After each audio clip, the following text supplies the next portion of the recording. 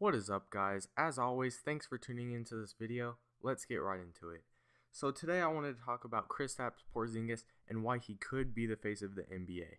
Now when we look at future faces of the NBA, we talk about Anthony Davis, Kawhi Leonard, Karl Anthony Towns, Andrew Wiggins, Giannis Antetokounmpo.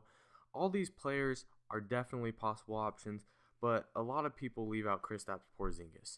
They recognize him as a good player and probably a future star of the Knicks, but nobody really puts him in the category on future face of the NBA. But today I want to talk about why he definitely should be in that discussion.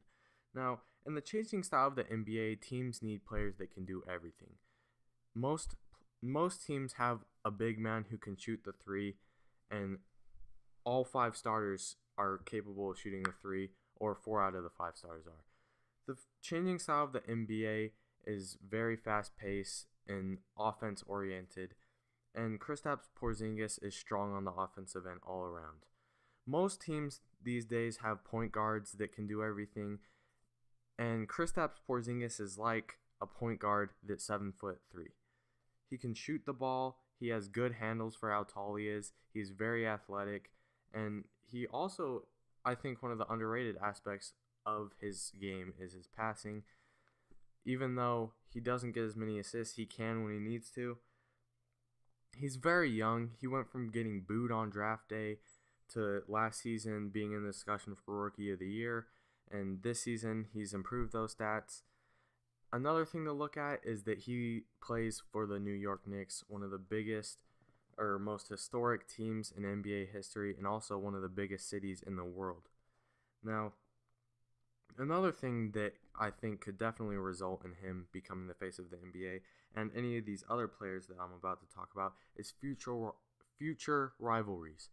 Now, with Giannis Antetokounmpo, Karl Anthony Towns, Anthony Davis, and Joel Embiid all playing in the East, not to mention all the young talent on the West Coast, this could result in some nice, very exciting rivalries in the future once these guys become the stars of their teams, which Joel Embiid is. Karl Anthony Towns kind of is the star right now, and Anthony Davis is obviously the star. Giannis is. But once Carmelo leaves, Kristaps Porzingis will be the star, and these rivalries could become very exciting games throughout the regular season and into the playoffs.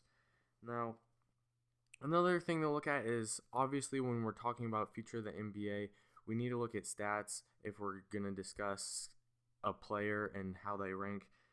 Last season, or for his career, let's just say, he averages 16 points per game, 7.2 rebounds per game, 1.9 blocks per game, and a 43 field goal percentage. Now this season, he averages 18.5 points, 7.1 rebounds, 1.9 blocks, and a 45% field goal percentage. Now these aren't huge differences. He only averages 2 more points per game, and he averages the same blocks and same rebounds. But like I said before, I think that once Melo leaves, the team will be turned over to him, and they can start building around him if Phil Jackson is smart, which hopefully he is, because Kristaps Porzingis is definitely a possible future face of the NBA, and he honestly is one of my most favorite players to watch right now. But one of the things we need to look at is what he needs to improve, which is inside presence. But I think that he can easily clean this up and become an all-around player and become a future face of the NBA. Please like and subscribe if you enjoyed, and I'll see you all in my next video. Thanks.